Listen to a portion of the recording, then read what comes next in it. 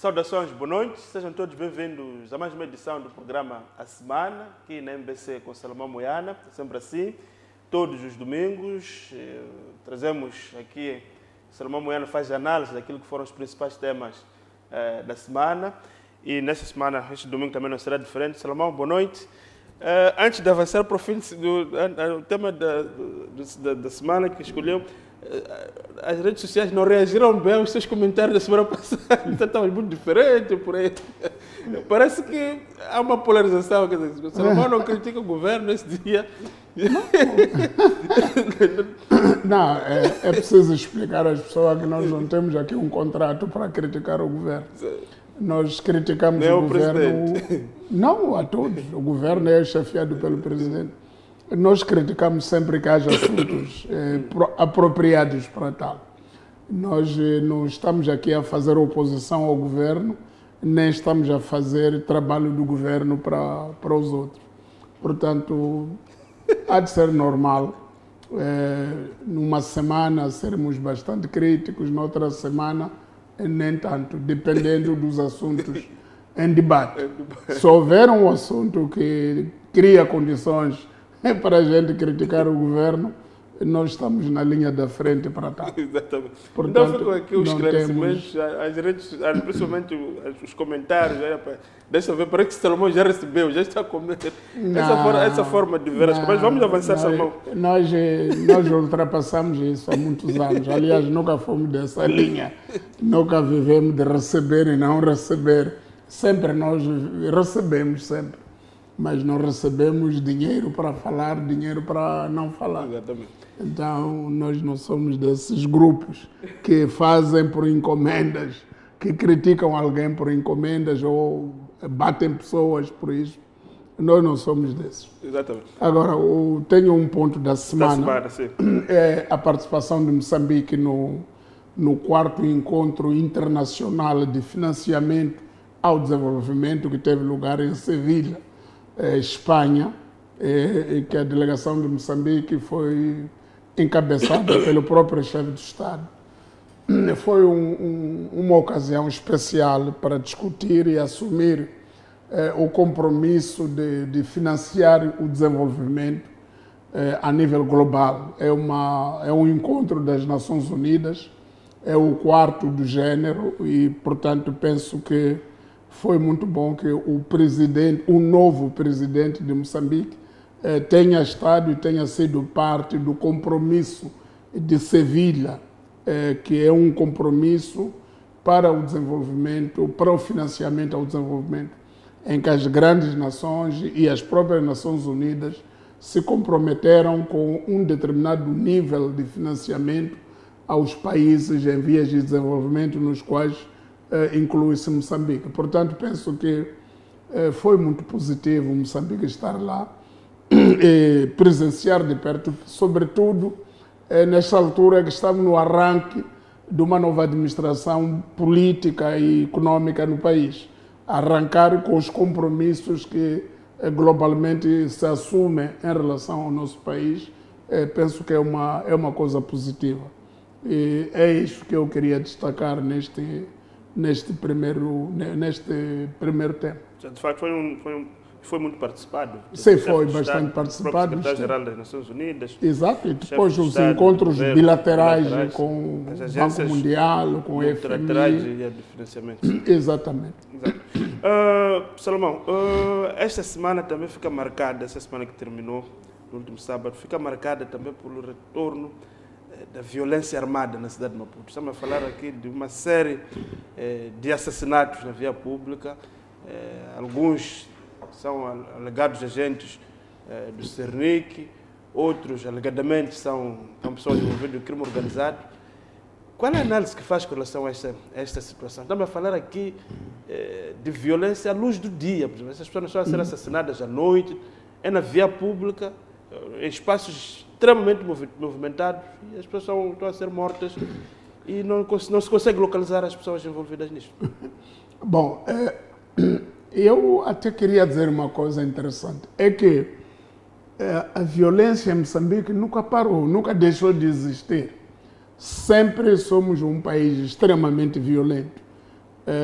há violência contra manifestantes quando há manifestações e na ausência das manifestações assistimos violência entre os próprios perpetradores da violência contra os manifestantes. Portanto, estamos a assistir combates internos dentro da própria polícia.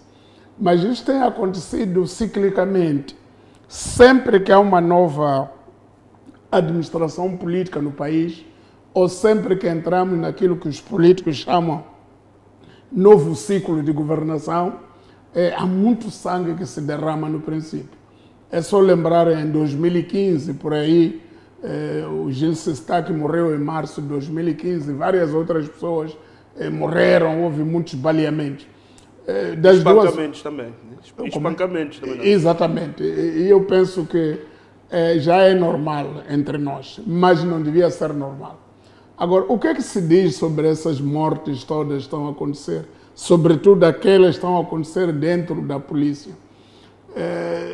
Há uma tese que diz que quando se muda um comandante-geral, normalmente durante o reinado de um determinado comandante-geral, há uma elite policial que se forma ali dentro, quer dizer, há os meninos do comandante-geral, há os meninos que trabalham para o comandante-geral, e que esses meninos detêm não só determinados segredos, como uma certa supremacia em relação aos demais. E quando esse comandante-geral cai, esse grupo cai na desgraça também. E que, eventualmente, esteja-se neste momento a fazer limpeza desse grupo aparentemente privilegiado no mandato anterior e que agora detém determinados segredos ou detém determinadas informações mas que não quer largar assim facilmente para a nova administração. Daí a sua perseguição, o seu isolamento e, em alguns casos, o seu aniquilamento, como está acontecendo com alguns que estão em posições até de destaque, mas que de repente aparecem assassinados e cuja investigação sobre as suas mortes raramente trará algum dado relevante que nos permita ter a certeza daquilo que realmente foi o móvel do crime. Portanto, eu penso que estamos a viver uma época de transição dentro da própria polícia. Há novos dirigentes da polícia que querem se afirmar e há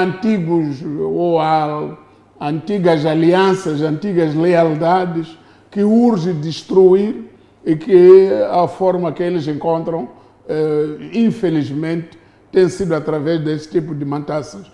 E isto não é a primeira vez. Lembro-me dos vários quadros do Cernic, desde aquele tempo que era pique, que foram assassinados à luz do dia também, em vários sítios, desde aqui na Costa do Sol e em vários outros sítios que houve baleamentos de manhã, baleamentos à tarde, baleamentos à noite, quer dizer, de vários quadros ligados à corporação. E eu penso que é uma maneira que se usa dentro da polícia, mas que não devia ser desta forma.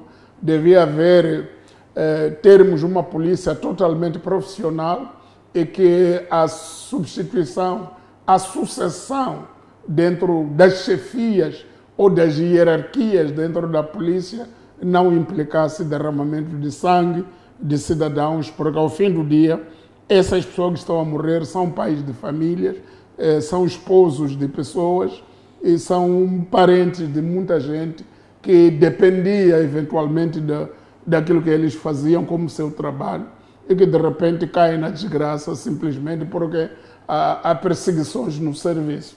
E eu penso que é um método bastante errado e que também os que fazem isso agora, se calhar daqui a mais 5 anos ou mais 10 anos, serão também perseguidos.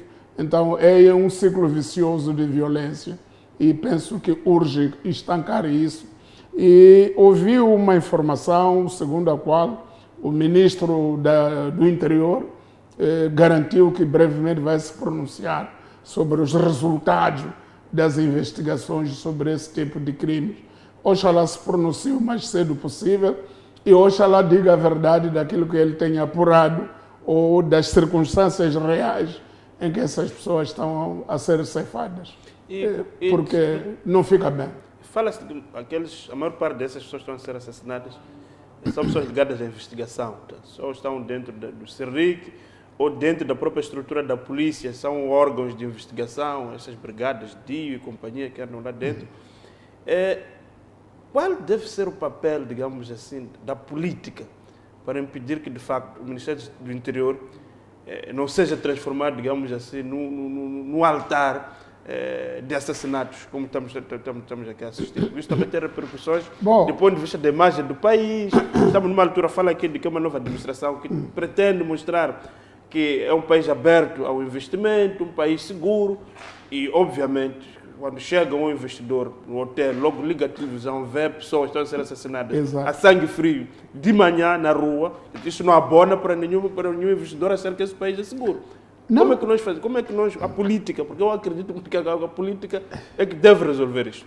Quando houve a assinatura do Acordo Geral em Roma, foi declarado que tínhamos que mudar da PPM, Polícia Popular de Moçambique, para a PRM, Polícia da República de Moçambique. A ideia de mudar de Polícia Popular para a Polícia da República era para a criação, construção de uma polícia republicana. Uma polícia republicana que trabalha com base em legislação, ou seja, com base na lei e com base nos regulamentos. E não trabalha com base em orientações políticas ou em grupinhos que satisfaçam este ou aquele outro grupo maior da política moçambicana. Então, o que é que tem vindo a acontecer na nossa polícia? Esses grupos chamados GOE, o Grupo de Operações Especiais, esse DIO, que é o Grupo de Informação Operativa, não sei qual, é Direção de Informação Operativa, ao fim do dia, estão a ser tratados como forças pessoais de algumas pessoas dentro da hierarquia da polícia para matar pessoas que eles não gostam. É assim que têm sido usados. São os grupos especiais, o GOE, que assassinou Anastácio Matavele e Xaixai. São esses que assassinaram o Elvino Dias. São esses grupos que são utilizados pelas hierarquias da polícia para resolver os problemas de âmbito político. Quer dizer, a nossa polícia, apesar de toda a legislação em vigor, a nossa polícia continua uma polícia política, uma polícia comandada pelo partido no poder para maltratar os seus adversários, os adversários políticos, aqueles que incomodam o partido no poder. Agora, o que está a acontecer? É que na ausência, em algum momento, das pessoas que incomodam muito o partido no poder, também entre eles tem muitas contas por ajustar, porque é uma polícia que vive de matar. Então, não é uma polícia republicana. Quando sair este comandante-geral que está agora, há de haver outras mortes, porque há de chegar um novo comandante-geral e para se afirmar vai precisar de limpar a casa. E a limpeza dele da casa é matar as pessoas leais a outro comandante. Quer dizer, por exemplo, daqui a pouco, esta semana que começa, dizem que, aliás, viu uma notificação que o antigo comandante-geral Bernardino Rafael vai à PGR para ser ouvido. Quando houve esta pressão da sociedade civil para que o Bernardino Rafael fosse ouvido pela PGR, era improvável que a PGR o notificasse. Quer dizer, havia uma relutância brutal em notificar o Bernardino. Mas, de repente, agora, a PGR parece que colabora com a sociedade civil. Isso é suspeito também. Quer dizer, nunca aconteceu a notificação de um comandante-geral para ele justificar as atrocidades cometidas pela polícia no seu consulado. Agora, essa notificação do Bernardino Rafael, numa altura em que há essas matanças de elementos leais ao Bernardino Rafael no seio da corporação, indicia uma espécie de mudança de jogo, uma espécie de mudança de peças no xadrez da corporação policial moçambicana. Portanto, penso que nós ainda estamos longe de construir uma verdadeira polícia republicana que se baseia no profissionalismo das pessoas e que não haja instrumentalização política para que determinados elementos da polícia sejam enviados para matar adversários políticos de alguém e não combater a criminalidade apenas. Portanto, penso que é um desafio grande para todos nós e para o próprio presidente da República, que recentemente assumiu o poder, tentar ver que raio de país é este, em que todos os dias há sangue. Agora, na última sexta-feira, de repente, 8h30, mataram pessoas na rua. É verdade que a polícia diz que são meliantes. Um deles, o tal Rashid Ahmad Khan, era procurado porque está envolvido nos raptos. É possível que seja verdade. Mas como isto acontece? 72 horas depois de matar outros que eram membros da própria corporação, as pessoas ficam na dúvida. E na Matola, tudo. E tudo na Matola. As pessoas ficam na dúvida. Será verdade que eram meliantes ou eram meliantes conhecidos há muito tempo, mas eram permitidos a operar e que de repente já não devem ser permitidos? É preciso eliminá-los. Porque também há grupos de meliantes que a polícia conhece, mas não os toca. Mas só os toca em determinados momentos críticos em que, se não os tocar, poderá haver outro tipo de revelações. Portanto, eu penso que nós temos que ultrapassar isso. Temos que construir uma polícia séria, uma polícia com um comando vertical, verdadeiramente vertical, e que se baseie nos regulamentos, na lei e no comando central. E não polícia que depende de negócios internos, ou de negociatas internas, ou de expediente político trazido por alguém que não faça parte da polícia, mas que tenha alguma ascendência sobre os dirigentes da polícia. E como é que fica o Procurador-Geral da República, que acaba de receber o fardo do Cernic? Como é que fica aqui? Eu penso que o procurador fica atrapalhado, porque essas pessoas que estão a morrer, muitas delas, já trabalham sob a alçada do Procurador-Geral. São homens dele que estão a morrer. Se calhar estão a morrer por razões que o Procurador nem as conhece. Só vê pessoas a desaparecer todos os dias, alguns quadros a morrer, outros a entrar. Quer dizer, é um assunto sério. E eu penso que o Procurador-Geral levará algum tempo para entender o que é que se passa dentro daquela polícia que ele está a herdar, aquela polícia chamada Cernic. É uma polícia extremamente violenta por dentro, extremamente corrompida também por dentro. É uma polícia que conhece muitos casos e conhece também muitos chefes envolvidos em muitos casos que não são tocados, que não são investigados, que não são perseguidos. Agora, o que é que o Procurador-Geral faz? Terá que trabalhar muito com a direção do próprio Cernic, terá que, eventualmente, pedir uma reestruturação ou fazer uma reestruturação total e completa da direção e de outras direções intermédias, com vista a construir uma verdadeira polícia judiciária e não esta polícia que nós temos agora. Esta polícia que temos agora é uma espécie daquilo que o Samora chamava antro de corrupção e todo tipo de esquemas. Se queremos saber exatamente como se faz o tráfico de droga em Moçambique, o Cernic sabe.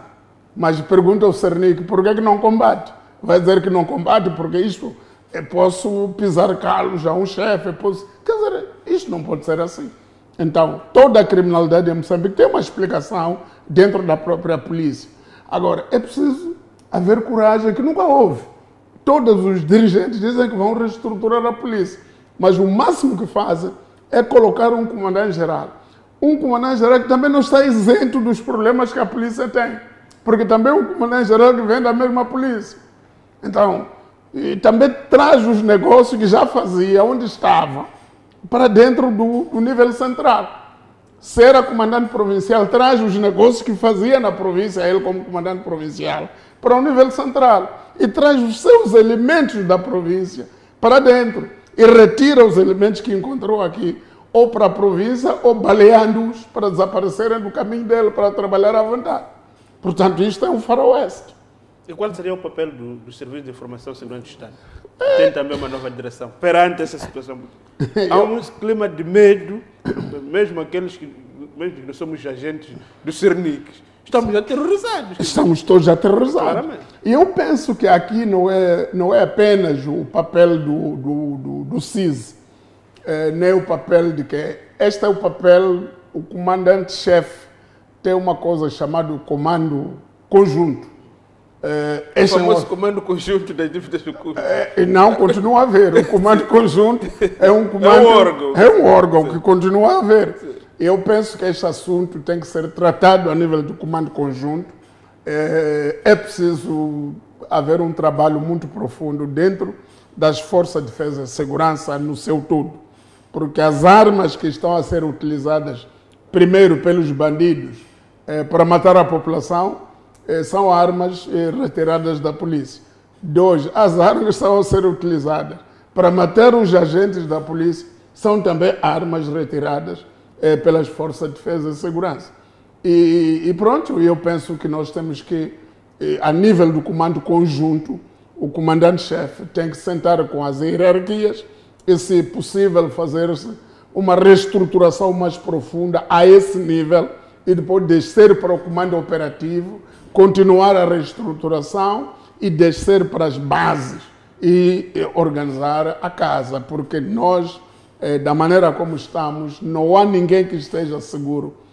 Penso que os próprios dirigentes que patrocinam este tipo de criminalidade podem não estar 100% seguros, porque isto a qualquer momento muda.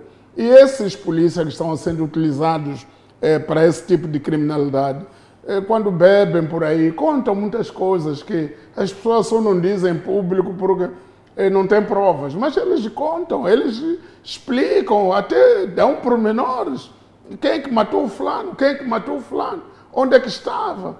E que aqueles miúdos exageraram, utilizaram 50 balas, não era preciso. 3 balas eram suficientes. Quer dizer, quando morreu o Elvino Dias, andaram aí nas barracas a contar. Esse miúdo não tem experiência, não era preciso 25 balas, 4 balas eram suficientes. Mas como são miúdos que não têm experiência, queriam ter a certeza. Quer dizer, e quem conta isso? São eles mesmos. Agora, eu penso que nós não podemos ter uma polícia assim. Uma polícia que baleia pessoas a mando de alguém e depois vai a uma barraca beber e começa a contar. Ou, quando não conta, conta o amigo dele, que esteve com ele ou que não foi naquela missão, porque teve uma outra missão. Aquela missão era minha, mas não fui. E não pode ser assim. A missão de matar pessoas não é missão nenhuma. Isso não pode continuar. Exato. Salomão, então vamos obedecer então o nosso primeiro intervalo. Vamos ver o que acontece. O chefe de Estado desta semana já está em Maputo. Vamos ver se o próprio... Vamos esperar também para essa conferência de imprensa do Ministro do Interior, porque de fato é importante trazer aqui um alento, uma declaração, porque a situação está claramente assustadora e é uma coisa indescritível. Então vamos obedecer o nosso primeiro intervalo. Voltamos dentro de instantes com mais temas de análise aqui. Até já.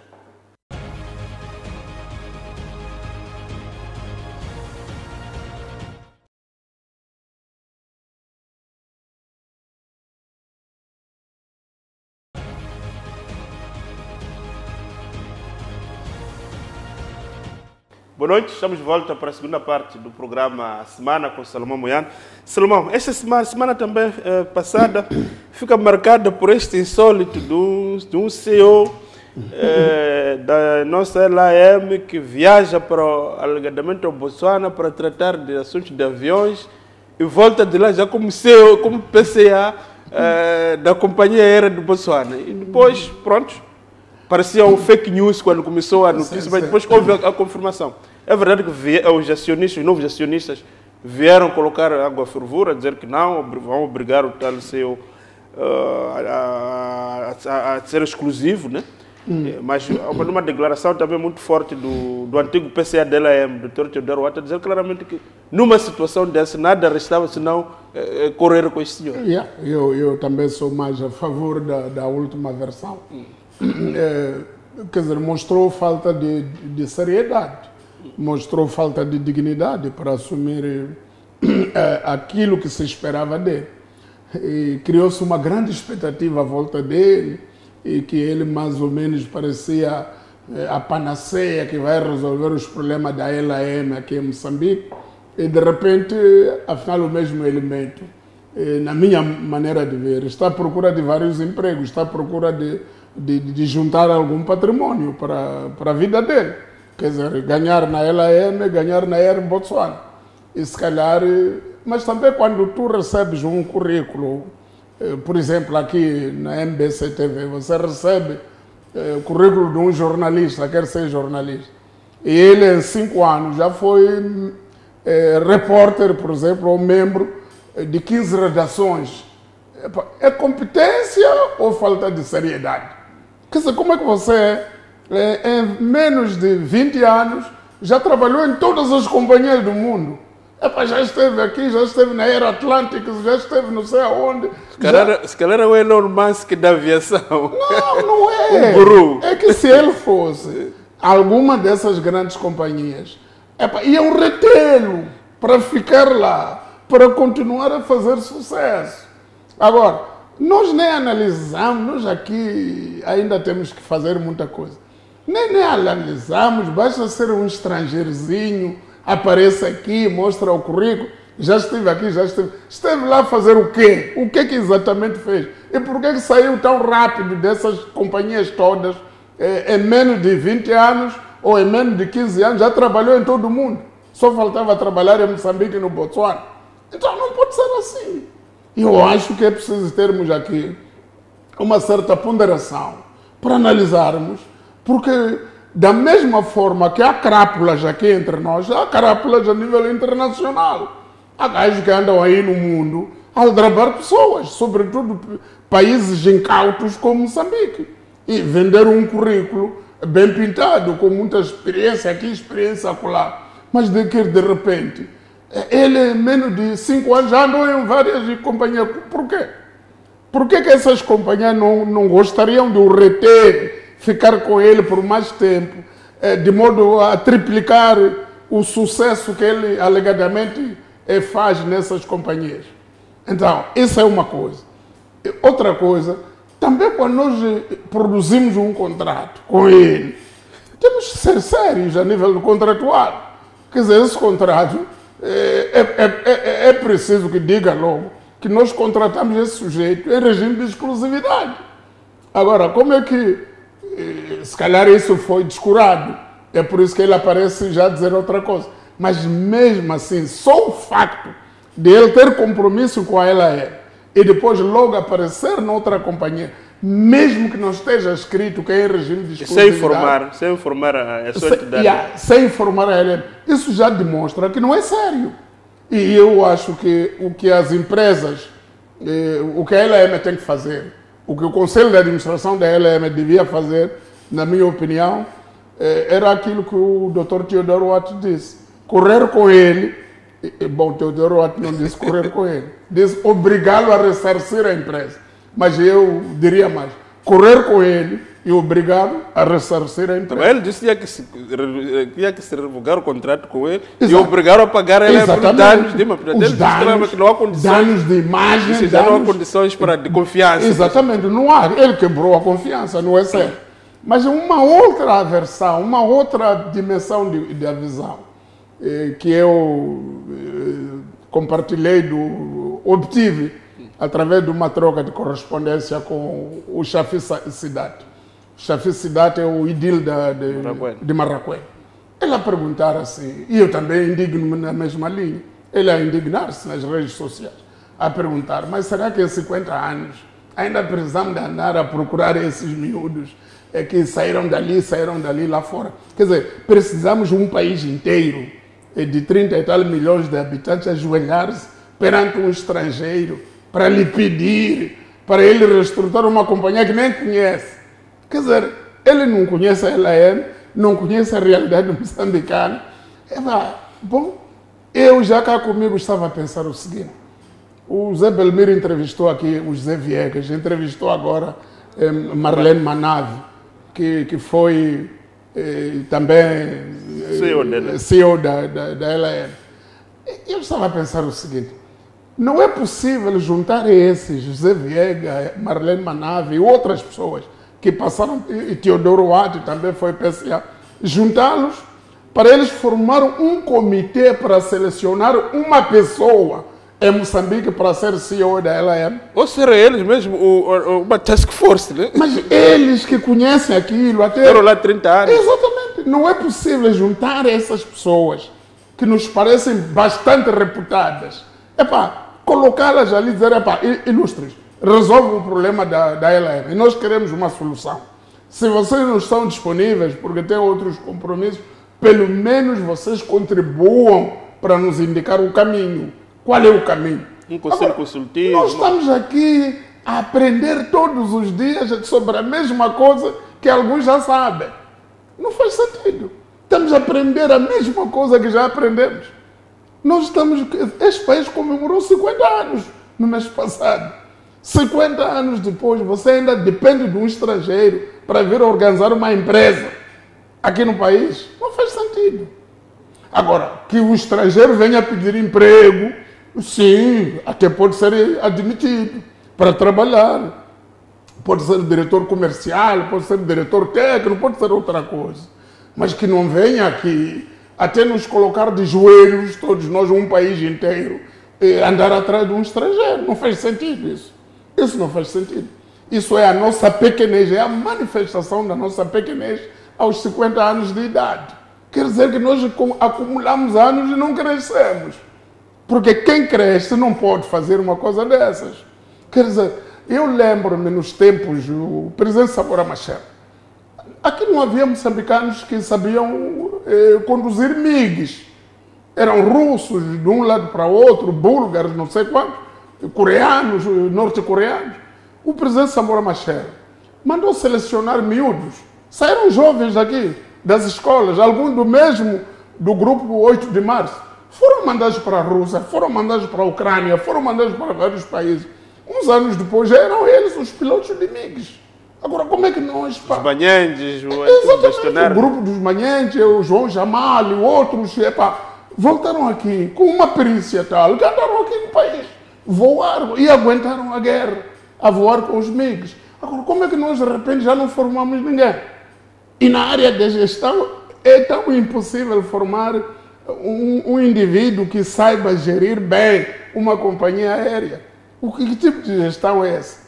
Essas universidades todas que nós temos, até os tais cursos que dão de gestão de empresas, não há ninguém capaz de gerir bem. Management. Sim, MBAs. Não há nenhum MBA para gerir. Ela é Moçambique.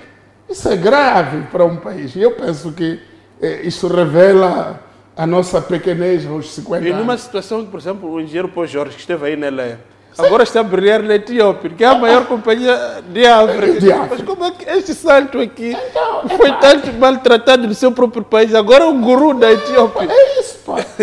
Quando é isto, eu sempre penso isto. E eu estava a dizer, por que não se juntam esses madodas da aviação? João Abreu, Zé Viegas, essa gente toda, sentar e dizer, como é que fazemos? Esses indivíduos têm soluções para Moçambique.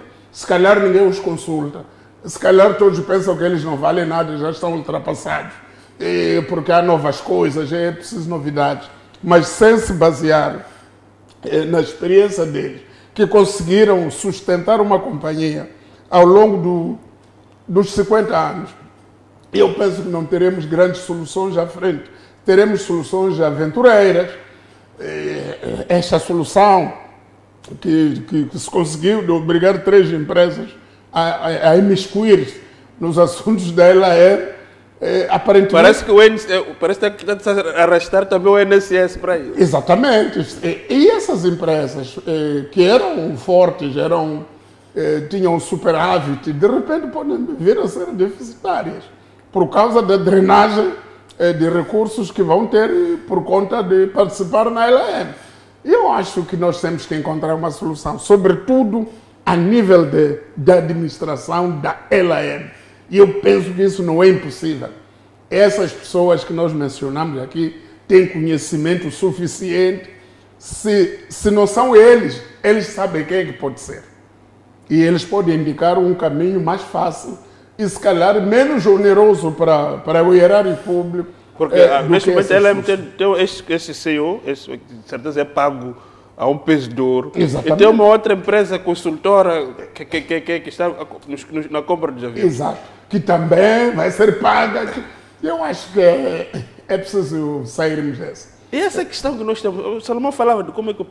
Parece que neste país, quem é estrangeiro, e sem querer ser racista, com um papel mais claro, facilmente... Não, é isso que eu estou perguntando. Quem é que analisou bem o currículo deste cidadão?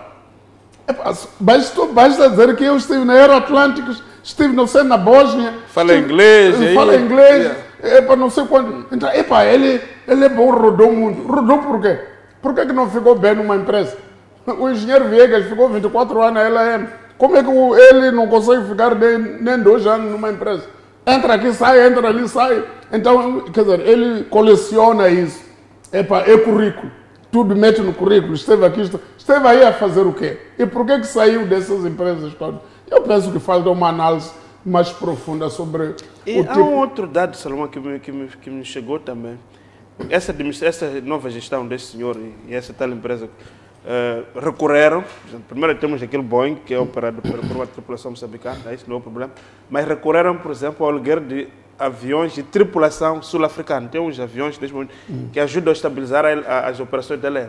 Mas tem um problema. Essa é a mesma solução que a FMA trouxe para Moçambique. Mas isto tem para além de pagar esta empresa, temos a tripulação da LEM que está inteira, ociosa. Não está. E tem que ser paga mensalmente. Ou seja, temos pilotos, equipe de capitão ociosa não trabalham, são pagos no fim do mês, mas ao mesmo tempo temos essa companhia sul-africana que opera os seus voos com tripulação própria. Não pode. Eu acho que... A gestão é isto. Chame-me ela amanhã. Se eu só ligar, chamar aviões ali... É verdade. Não me parece que o modelo de reestruturação que se pretende é isto. Eu acho que o governo do presidente Chapa ainda não encontrou uma solução para ela. E eu acho que a solução para ela não pode depender de quem é ministro ou de quem trabalhou lá, e dar uma sugestão de que conhece um fulano. Não pode ser assim. Tem que passar por um comitê interno de avaliação. E que existe de pessoas. E que existem de pessoas que nós conhecemos, de pessoas que asseguraram aquela empresa ao longo de mais de 20 anos, sem nenhum acidente fatal, sem nada, com a exceção deste acidente que aconteceu a caminho de que não é técnico. Até por culpa própria, quer dizer, por decisão do piloto, não exatamente por o nosso avião, não tinha problema.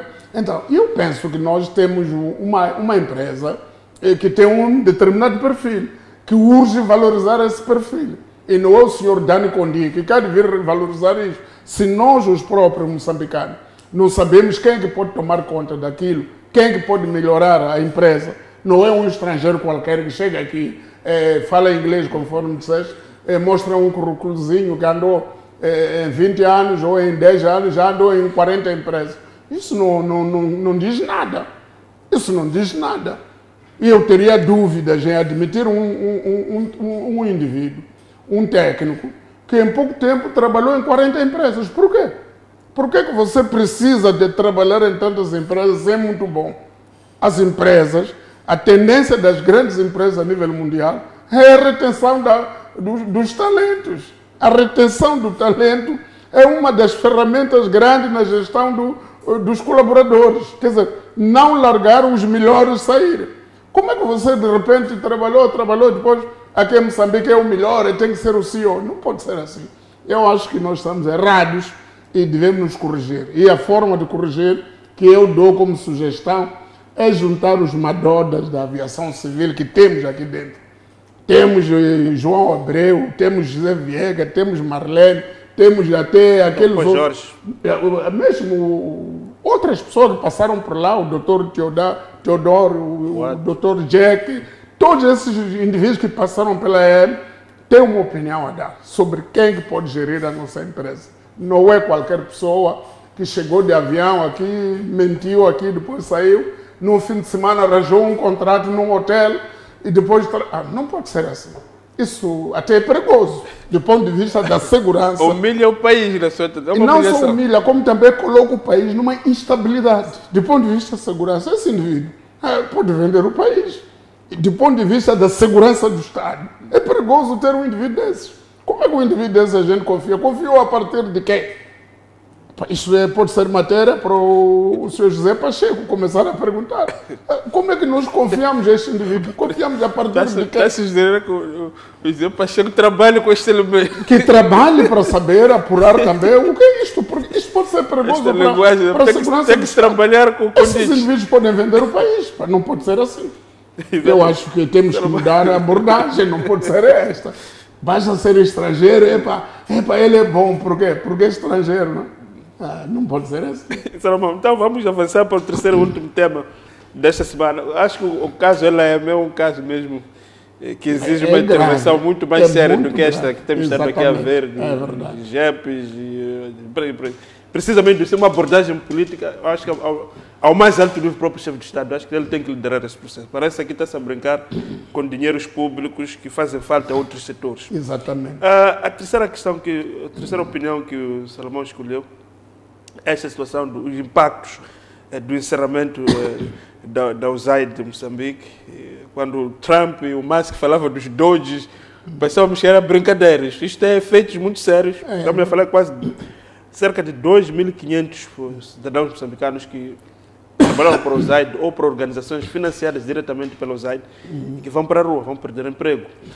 E, para além destes valores, temos também o caso de alguns moçambicanos que trabalhavam na Voz da América, que também foram despedidos. Quer dizer, é um drama global que parece que nós não tínhamos a ideia ou a dimensão do poder americano, do ponto de vista de quantas coisas os americanos pagavam no mundo.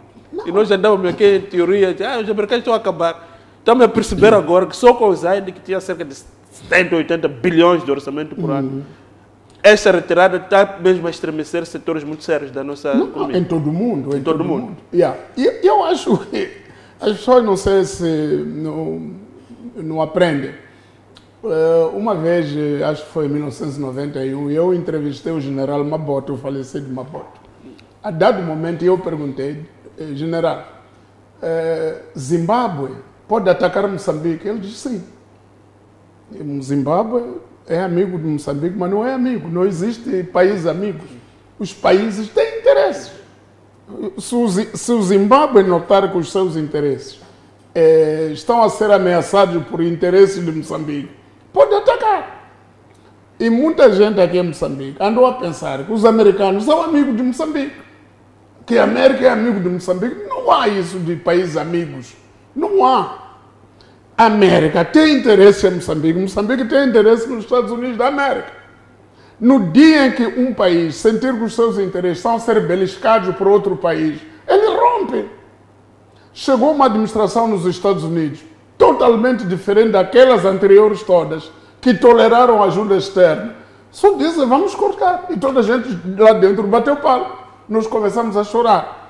Quer dizer que nós, durante os 50 anos que andamos a depender da USAID, devíamos ter nos preparado para um plano B. Como é que nós sobrevivemos em caso desta ajuda que anda a cair como chuva todos os anos?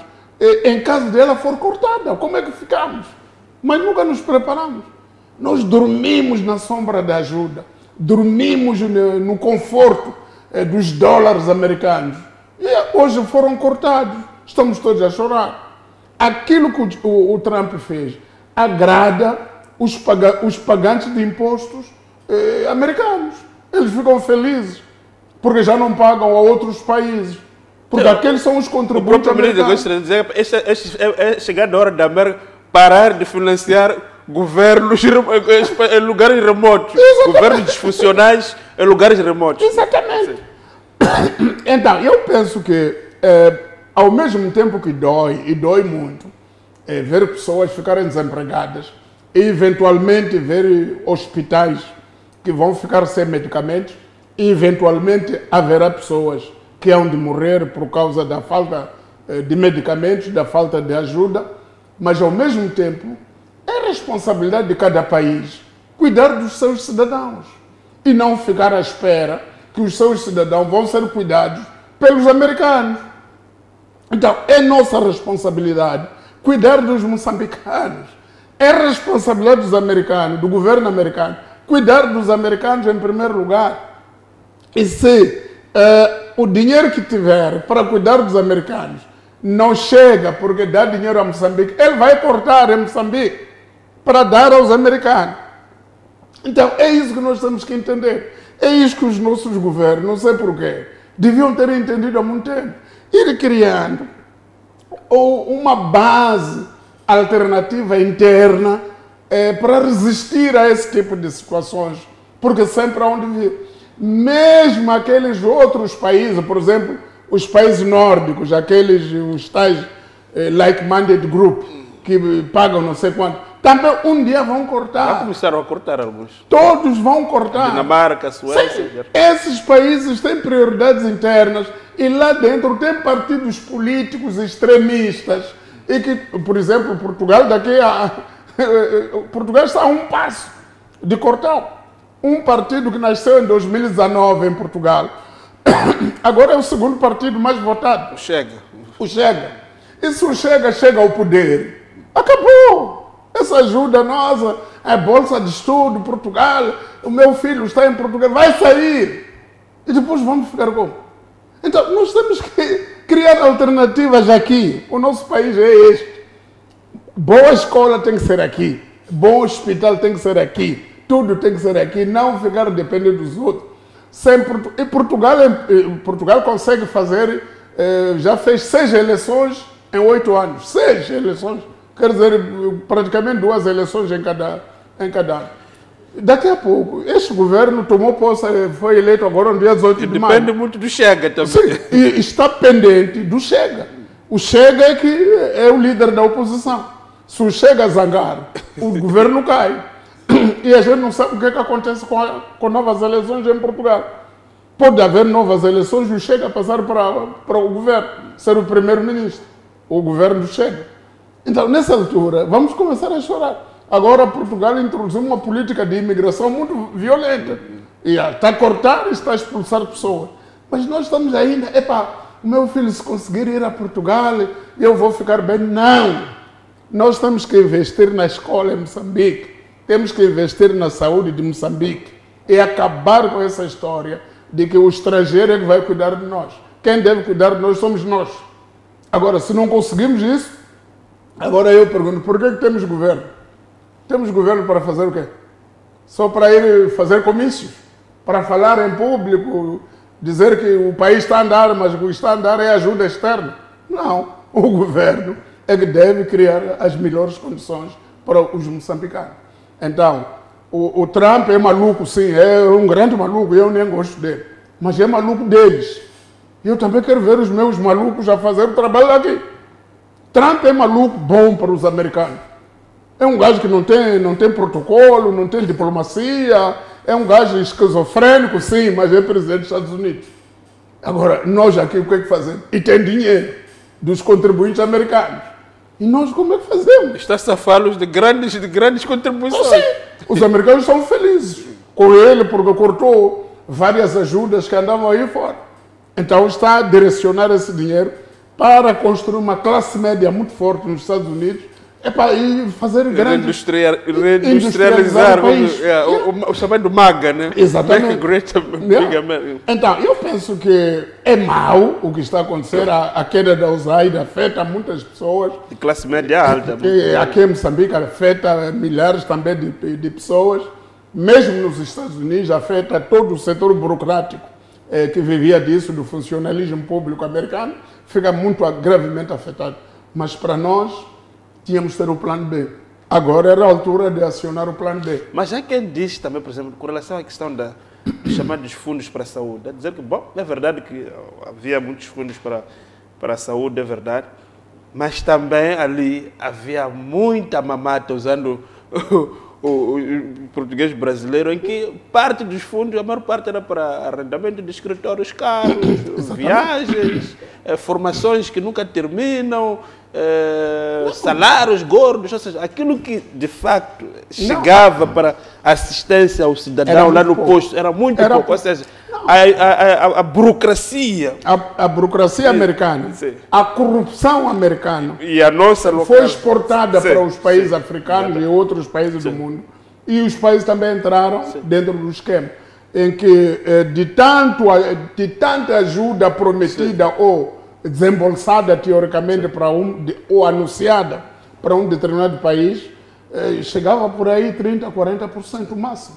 O resto ficava aí. Das consultorias. Pagamento das consultorias, dos salários, de arrendamentos, das formações, das viagens. Acabou, terminava aí.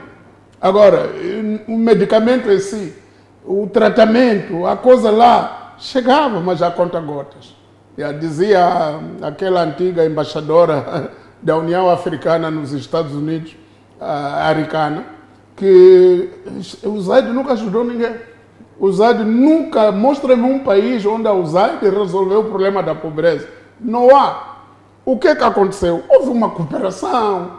Essa cooperação, ir fazendo, alimentando este, alimentando aquele, pagando o escritório desta ONG, pagando ali, e dando um subsídio aqui, outro ali. Mas pronto, isso alimenta uma certa elite burocrática, uma certa elite das ONGs, que pronto, isso não é o povo que está a ficar a beneficiar. Não, um certo dirigente dizia uma vez que esses fundos acabaram corrompendo, digamos assim, o próprio sistema, a própria administração do Estado, em que, uma situação em que pessoas muito cruciais em muitas áreas passavam mais tempo ou em formações ou em viagens. Exatamente. Mas por causa dessa questão dos ajudas de custo. Exatamente. E muitos quadros nossos, em vez de trabalhar, por exemplo, no Serviço Nacional de Saúde, estão no projeto. E alguns estavam no próprio Ministério como representantes. No próprio Ministério, mas trabalhadores da USAID no Ministério. Um país com problema de médicos, tinha lá médicos no Ministério como representantes da USAID. Na educação, na saúde, em todos os setores. Havia sempre um programa deles dentro dos nossos ministérios. Eu penso que é um mal, vai por muita gente, de facto, de qualquer maneira, mas é um mal necessário. Nós temos que aprender a resolver os nossos problemas. Eu fiquei feliz em 2016, quando na sequência das dívidas ocultas, os parceiros cortaram a ajuda a Moçambique. Moçambique não morreu, continuou a viver. Continuou a andar com problemas, com salários um pouco apertados, mas andou. Até que voltaram outra vez. Até voltaram por ver que, afinal de contas, o país está a andar. Agora, por que nós não aprendemos disso? Quer dizer, não fazemos isso.